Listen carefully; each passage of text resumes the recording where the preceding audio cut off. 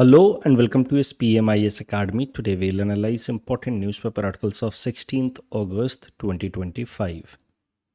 Please note you can download the PDF version of today's newspaper analysis by clicking the link given in the comment section. This is the list of the topics that we'll be covering from today's newspaper. The first topic is about Prime Minister Narendra Modi's speech on Independence Day. This topic is important from our syllabus GS paper 2 governance point of view. तो आप सबको पता है कि कल पूरे देश ने 79th इंडिपेंडेंस डे सेलिब्रेट किया और हर साल की तरह इस साल भी हमारे प्रधानमंत्री नरेंद्र मोदी जी ने रेड फोर्ट से एक इंडिपेंडेंस डे स्पीच रिलीज़ किया। उस स्पीच के दौरान उन्होंने कई सारे मेजर अनाउंसमेंट्स किए जो आने वाले एग्ज़ाम के लिए इम्पोर्टेंट हैं। हम मेंस में और प्रीलिम्स में अलग अलग जगह उसका जिक्र कर सकते हैं। ब्रीफली अगर यहाँ देखें तो न्यूक्लियर कैपेसिटी को 10 टाइम्स इंक्रीज़ किया जाना है बाय 2047। 1 लाख करोड़ एम्प्लॉयमेंट के लिए खर्च किए जाएंगे फॉर यूथ। जीएसटी में मेजर रिफॉर्म्स की बात की गई है।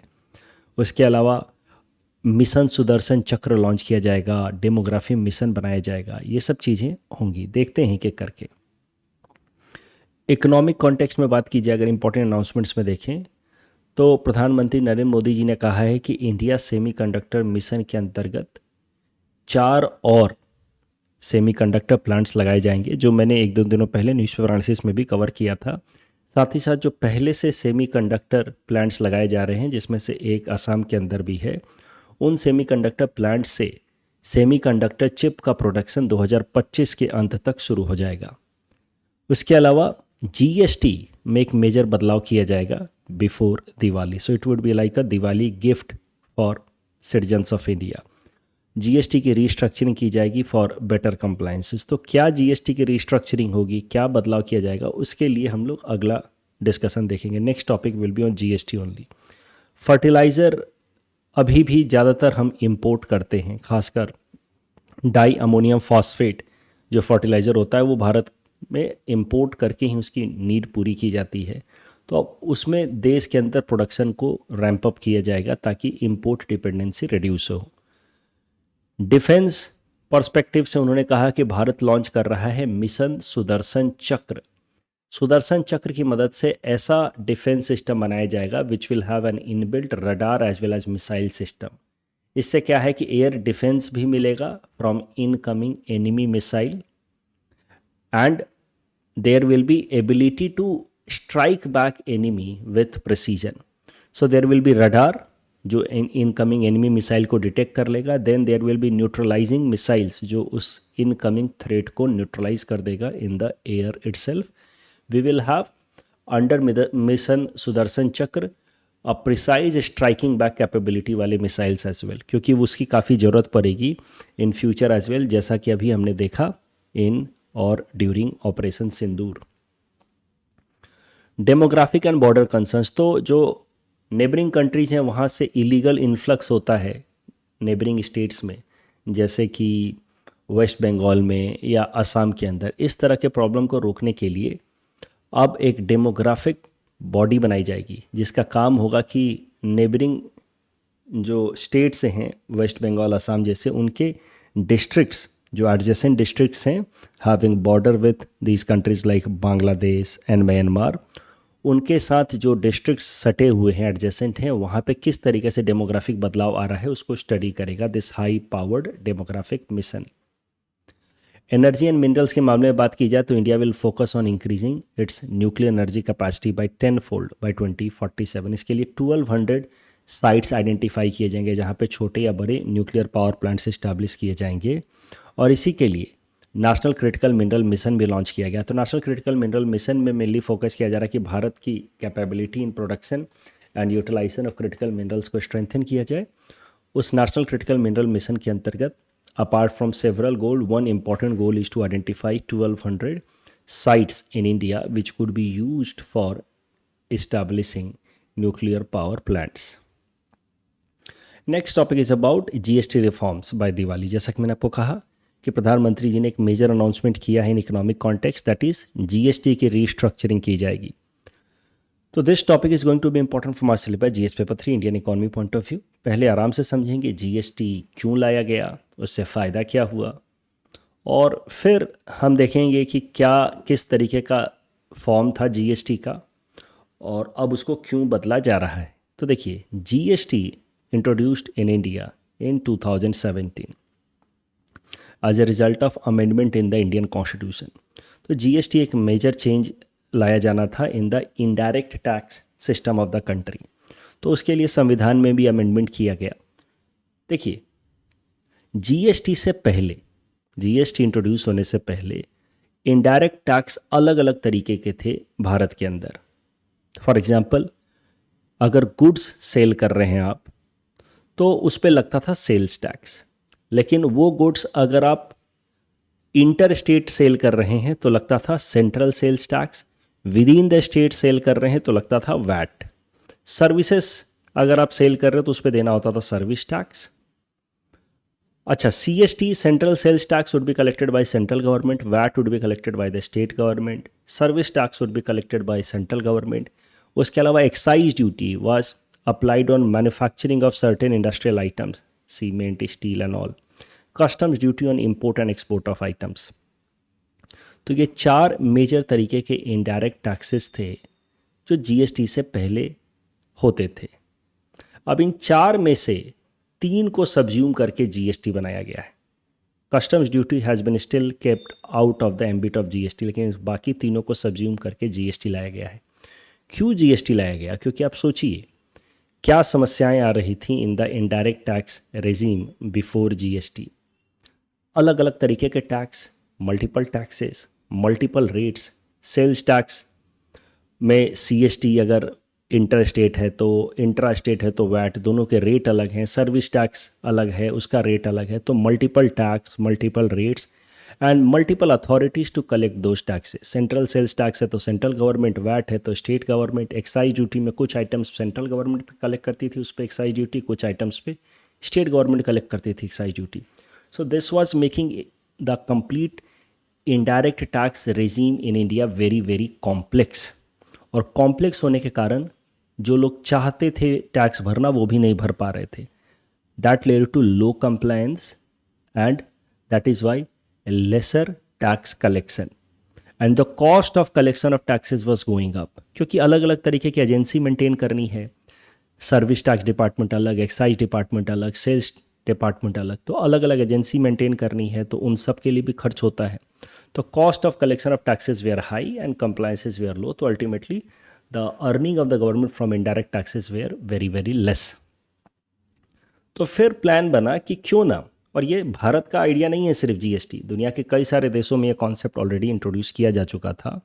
तो भारत में भी फिर ये आइडिया आया कि क्यों ना हम लोग जितने भी तरह के टैक्सेज हैं, चाहे गुड्स पे टैक्सेज हों या सर्विसेज पे टैक्सेज हों, उसको सब्ज्यूम कर लें। आखिर किसी भी सामान के ऊपर उसके वैल्यू के ऊपर ही तो हम लोग टैक्स लगाते हैं, जिसको कहा जाता है ad valorem tax. In general value पे टैक्स लगता है। अब मैंने आपको 5,000 रुपये की टीचिंग दी सर्विस के फॉर्म में, या 5,000 रुपये का नोट्स दिया, उससे सरकार को क्या मतलब होना चाहिए? सरकार को एक सर्टेन % ऑफ टैक्स लगाना है तो लगा दे।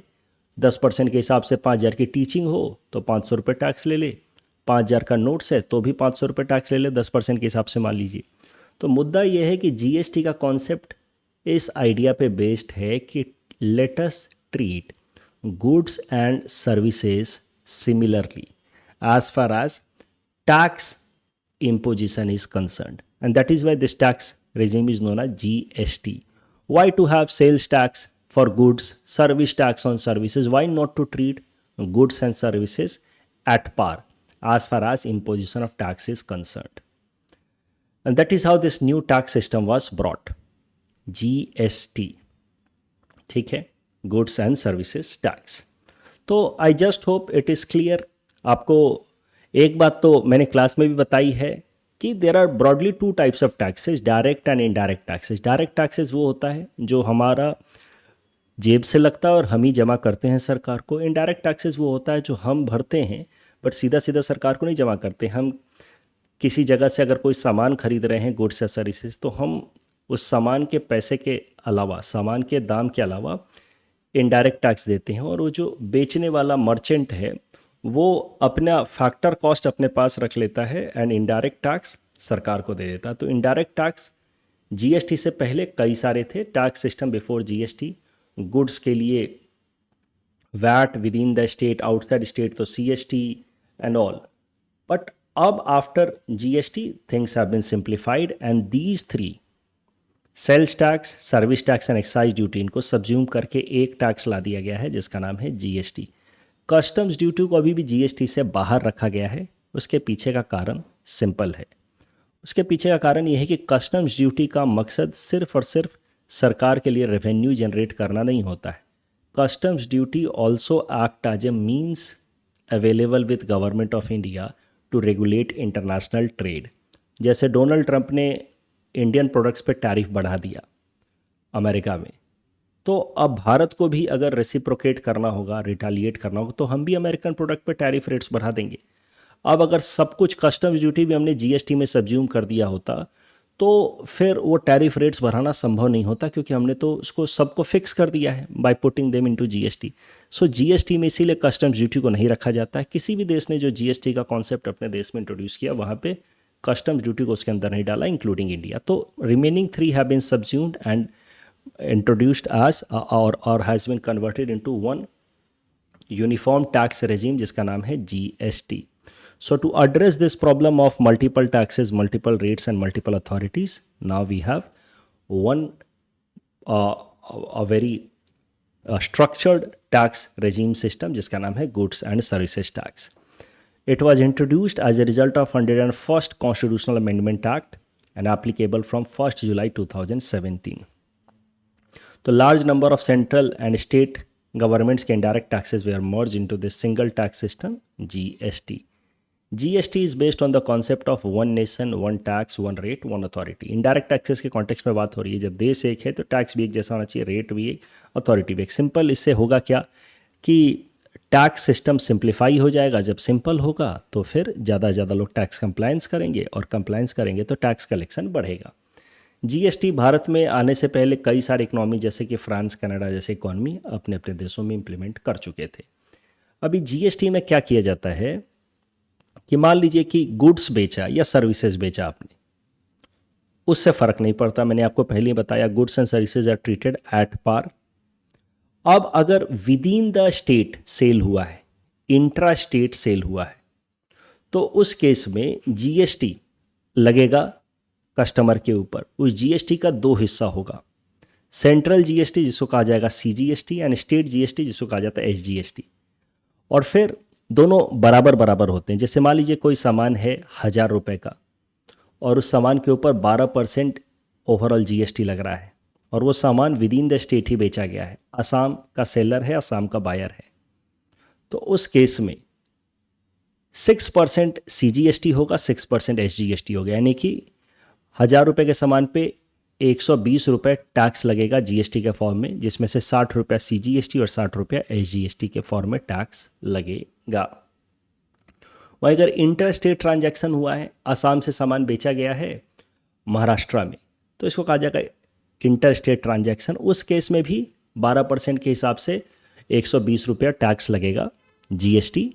बट वो 120 रुपया जो है वो कहा जाएगा इंटीग्रेटेड जीएसटी, आईजीएसटी, और वो जाएगा पहले सेंट्रल गवर्नमेंट के पास, और सेंट्रल गवर्नमेंट उसमें से 50% पैसा अपने पास रख लेगी और 50% पैसा इम्पोर्टर स्टेट को दे देगी, जो इस पर्टिकुलर केस में महाराष्ट्र गवर्नमेंट हो गई। So that is the idea. इन भारत में जो जीएसटी है उसके दो कंपोनेंट हैं, दो टाइप हैं। अगर विद इन द स्टेट है तो सीजीएसटी एसजीएसटी लगता है, इंटर स्टेट है तो आईजीएसटी लगता है, बट आईजीएसटी का पैसा फिर सेंट्रल गवर्नमेंट और इम्पोर्टर स्टेट के बीच में 50-50% डिवाइड हो जाता है। अब इंडियन कॉन्टेक्स्ट में एक और चीज़ देखते हैं जो इंडिया स्पेसिफिक जीएसटी प्रोविज़न है। जनरली दुनिया भर में जहाँ पे भी जीएसटी लाया गया वहाँ पे एक फ्लैट रेट कर दिया गया 10% या 12% या 15%। आप सामान खरीदिए उस पर आप 10% टैक्स भरिए। भारत में जीएसटी लाया तो गया with the intention of simple indirect tax regime, but उतना भी सिंपल नहीं किया गया भारत में। भारत में 4 स्लैब रखे गए आइटम्स के ऊपर टैक्स लगाने के लिए, इनडायरेक्ट टैक्स। 5%, 12%, 18% एंड 28%। तो कुछ सामान को रखा गया 5% वाले कैटेगरी में। तो अगर 5% कैटेगरी वाले में है और with in the state transaction हो रहा है तो 2.5% CGST होगा, 2.5% SGST होगा। 12% वाले कैटेगरी में है तो 6%, 18% वाले में तो 9% ईच लाइक वाइज। तो मैनी आइटम्स, अब देखिए about 50% of consumer price items like food grain and all, उन पे तो 0%, उनको 0 रेटेड कर दिया गया। लेकिन mass consumption items like spices, mustard oil, उन पे 5%, प्रोसेस्ड फूड पे 12%, soap, oil, toothpaste 18%, white goods, electronic items जैसे कि उन पे 28%। And there are certain items luxury car, paan masala, tobacco, यानी कि sin goods and luxury goods, इनके ऊपर 28% टैक्स तो था ही, प्लस सम सेस भी था, that means tax on tax. तो इस तरीके से आप कह सकते हैं कि भारत के अंदर जीएसटी का कॉन्सेप्ट तो लाया गया with the core idea of one nation one tax, but Indian GST still had one nation but multiple tax rates. अलग अलग आइटम्स अलग अलग स्लैब में रखे हुए थे and that led to some problem, some challenges. भाई जिस मकसद से हम जीएसटी ला रहे थे to simplify indirect tax regime, वो मकसद पूरी तरह से पूरा नहीं हो रहा था। We still had the issue of multiple taxes and that is why further simplification of GST was needed. तो कुछ और बात ध्यान रखनी है कि certain items like alcohol for human consumption, petroleum products and electricity were outside the purview of GST because of a protest by the respective states. जब लाया गया था तो these items outside the purview of GST. तो जैसा कि आप देख रहे हैं कि अभी भी इंडियन जीएसटी में काफ़ी सारे स्लैब्स थे, 4 स्लैब्स तो हैं ही। तो सिंप्लीफिकेशन वाज नीडेड और उसी डायरेक्शन में हमारे प्रधानमंत्री नरेंद्र मोदी जी ने इस इंडिपेंडेंस डे में अनाउंसमेंट किया है कि there will be further rationalisation of GST. और ये जो 2 स्लैब्स हैं 12% एंड 28% वाले, ये हटा दिए जाएंगे। 12% वाले ज़्यादातर आइटम्स, 99% आइटम जो 12% वाले कैटेगरी में थे, अब उनको 5% में डाल दिया जाएगा। और 90% आइटम जो 28% वाले कैटेगरी में थे, उनको अब 18% वाले कैटेगरी में डाल दिया जाएगा। लेकिन जो सिन गुड्स हैं, 5 से 7 लगभग सिन गुड्स हैं, उन पे अब 40% टैक्स लगाया जाएगा। 5 से 7 ऐसे सिन गुड्स जैसे कि टोबैको, गुटखा एंड ऑल, इन पे 40% तक टैक्स लगाया जाएगा। Sin goods are those goods that are generally considered as harmful for society, example tobacco, gutkha, alcoholic beverages. इन पे ज़्यादा टैक्स इसलिए लगाया जाता है जनरली ताकि उनका कंजम्पशन थोड़ा सा डिस्करेज हो। और जो कंज्यूम कर रहा है भाई, जिसको मरने का इतना शौक़ है, वो खाए पिए, लेकिन साथ ही साथ सरकार को रेवेन्यू दे दे अच्छा खासा, ताकि उसकी मदद से बाकी डेवलपमेंटल एक्टिविटीज़ हो पाएँ, हॉस्पिटल बनाए जा सके, स्कूल्स बनाए जा सके। तो दैट इज़ द आइडिया कि सिन आइटम्स को पूरी तरह से बैन क्यों नहीं कर देती सरकार। ऐसा अक्सर आप लोग क्लास में ही पूछते हैं कि सर सरकार को अगर टोबैको रोकना ही है तो बैन क्यों नहीं कर देते।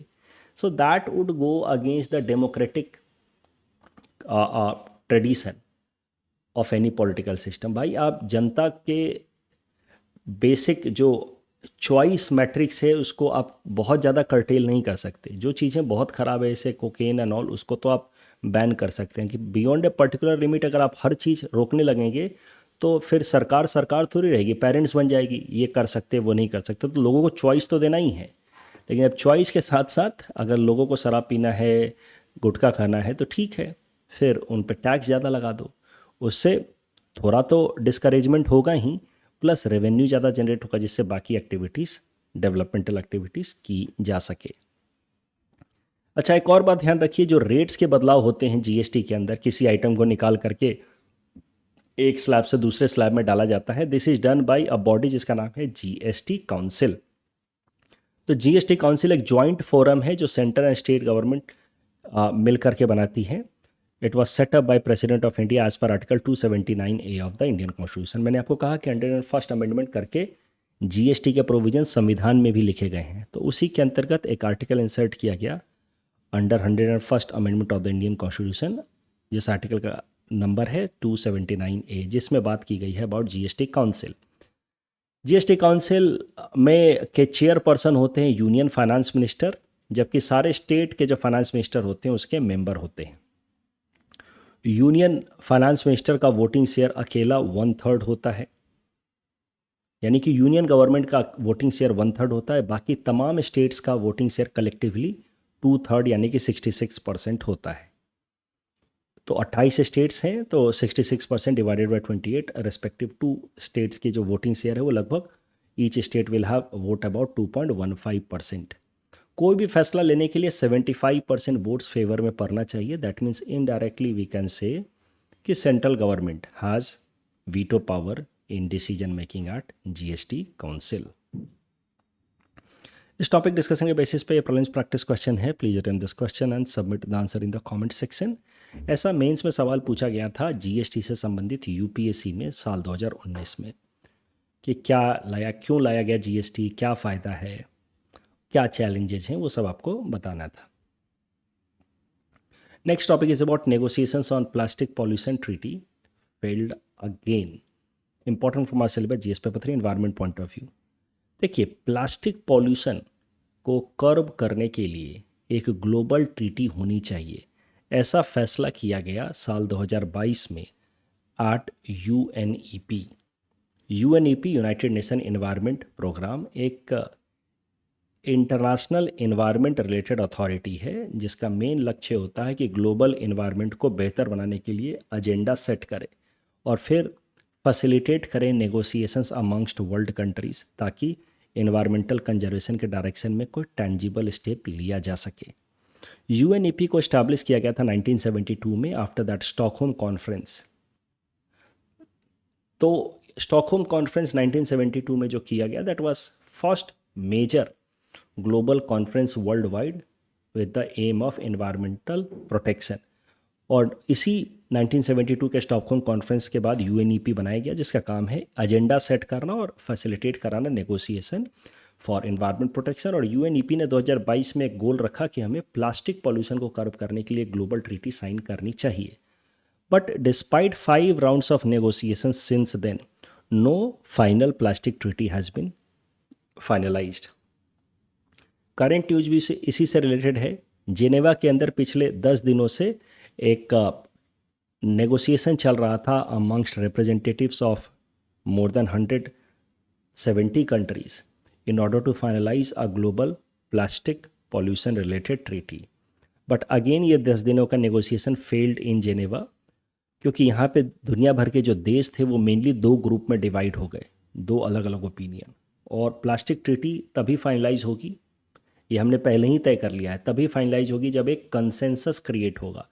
सारे देश जब तक अग्री नहीं करेंगे ऑन एवरी प्रिंसिपल, तब तक प्लास्टिक ट्रीटी फाइनलाइज नहीं होगी। और यहाँ पे जो मेंबर कंट्रीज पार्टिसिपेट कर रहे थे इन जेनेवा, उनके बीच में डिवीजन आ गया। They were divided into 2 groups mainly. High ambition coalition group, इसमें मेनली 100 से ज़्यादा देश हैं जो developed countries, European Union, UK, Norway, Panama जैसे देश। They are demanding strict curtailment on plastic production. उनका मानना है कि प्लास्टिक का काफ़ी टॉक्सिक इम्पैक्ट होता है एनवायरनमेंट पे, जो हमारे हेल्थ के लिए काफ़ी डैमेजिंग हो सकता है। उनका ये भी मानना है हाई एम्बिशन कोलिशन कंट्रीज़ का कि प्लास्टिक प्रोडक्शन के कारण ही फॉसिल फ्यूल का प्रोडक्शन एंड कंजम्पशन लगातार हो रहा है। क्योंकि अगर देखिए प्लास्टिक प्रोड्यूस होता कैसे, जो क्रूड ऑयल की हम रिफाइनिंग करते हैं in fraction distillation process. Crude oil को जब हम गर्म करेंगे तो जो सबसे हल्का जो उसका पार्ट होता है पेट्रोलियम गैस, तो सबसे पहले रिलीज हो जाता है फ्रैक्शन डिस्टिलेशन, फिर गैसोलीन, फिर naphtha, paraffin, diesel, fuel oil, lubricating oil, सबसे अंत पे बच जाता है हेवी कंडेंसेट ब्यूटेन, जिससे रोड वगैरह बनता है। लुब्रिकेट ऑयल से वैक्सिंग वगैरह होती है। फ्यूल ऑयल इंडस्ट्रीज़ में काम आता है, डीजल ट्रांसपोर्टेशन में। पैराफिन एविएशन के फ्यूल की तरह इस्तेमाल होता है। नैप्था जो आता है which is heavier than gasoline but lighter than paraffin, ये नैप्था से मेनली बनता है प्लास्टिक्स। तो इन हाई एम्बिशन कोलिशन देशों का कहना है कि जब तक प्लास्टिक हम डिमांड करते रहेंगे तब तक फ्रैक्शन डिस्टिलेशन एक्टिविटी होती रहेगी, तब तक पेट्रोल डीजल जैसे प्रोडक्ट बनते रहेंगे, तब तक फॉसिल फ्यूल का इस्तेमाल होता रहेगा और तब तक ग्रीन हाउस गैस इमिशन होता रहेगा, एनवायरमेंटल डिग्रेडेशन होता रहेगा। तो उसको रोकने के लिए हमें प्लास्टिक की डिमांड को कम करना है। तो basically they have linked plastic consumption with green house gas emission and environment pollution. जबकि इसके ठीक अपोजिट लाइक माइंडेड ग्रुप बनी है कुछ देशों की। These are mainly those countries which are major oil and petrochemical producer, which includes countries like Saudi Arabia, Kuwait, Iran, Russia. They have opposed the expectations of high ambition coalition countries कि सीधा सीधा हमें massive cut down करना चाहिए in plastic production and consumption. They have opposed it. उनका कहना है कि plastic is essential for development, so curtailment होना चाहिए but in a very gradual manner. अब यहाँ जाकर के डिफरेंस आ गया. हाई एम्बिशन कोलिशन चाहता है there should be quantum curtailment, while like-minded group wants gradual curtailment. Bharat और चाइना जैसे देशों की बात की जाए तो हम लोग इन दोनों में से किसी भी ग्रुप का हिस्सा नहीं है सीधा सीधा, but India and China are aligned with the opinion of like minded group, and the opinion is that plastic production should be curtailed but in a gradual manner because they are essential for development. इस topic discussion के basis पे prelims practice question है. Please attempt this question and submit the answer in the comment section. Next topic is about UNDP Equator Initiative award, important from prelims exam point of view. UNDP again initiative of United nation, वो हर 2 साल में एक award देती है जिसका नाम है equator initiative of UNDP. जैसा कि मैंने आपको कहा, it's a by annual award, और यहाँ पे मेनली उन कम्युनिटीज़ को अवार्ड दिया जाता है जो काम करती हैं in the direction of reduction of poverty through conservation of biodiversity. तो नेचर को कंजर्व करके पॉवर्टी को रिड्यूस करने के डायरेक्शन में जो ऑर्गेनाइजेशन काम करता है उसको चुना जाता है for United Nations Development Programmes Equator Initiative Award. भाई पेड़ पौधे लगाए, जैसे गारू खाटी प्रोजेक्ट है तो नेचर को रिजुविनेट किया जा रहा है, अफॉरेस्टेशन किया जा रहा है, उसके साथ साथ एम्प्लॉयमेंट अपॉर्चुनिटीज़ भी आ रही है, तो पॉवर्टी रिडक्शन हो रहा है. तो इस तरीके का अगर कोई इनिशिएटिव कम्युनिटी बेस्ड किया जाए जहाँ पे जनता लोग खुद मिल करके करें, तो वैसे एक्टिविटीज़ को, नेचुरल फार्मिंग, तो इस तरह की एक्टिविटीज़ को करने वाले जो कम्युनिटी होती हैं उसको दिया जाता है UNDP Equator Initiative Award. It is also known as Nobel prize for biodiversity conservation. Recently, a self-help group, Bibi Fatima SHG, self-help group from a small village in Dharwad district has got this Equator Initiative Award by UNDP. इस award में $10,000 का cash prize भी होता है. Prelims perspective से याद रखिएगा, mains में कहीं सेल्फ हेल्प ग्रुप के कंट्रीब्यूशन की अगर बात कर रहे हैं जो जीएस पेपर 2 का सीधा सीधा सिलेबस का हिस्सा है, तो वहाँ पे आप इस SHG का नाम मेंशन कर सकते हैं. कल जो हमने प्रैक्टिस क्वेश्चन लिया था उसका आंसर देख लेते. देखिए, ये सवाल एलिमिनेशन मेथड से आराम से हो जाता. Credit rating agencies are regulated by SEBI not RBI. So first statement is wrong, so you directly get the answer 2 and 3. पहला स्टेटमेंट यहाँ पे तो सीधा सीधा रॉन्ग है. Second statement is correct. Insolvency bankruptcy code में both statements are correct. Free AI initiative, इसमें दूसरा स्टेटमेंट सीधा सीधा गलत है, पहला सही है. That's all from our side for today. Thanks for watching.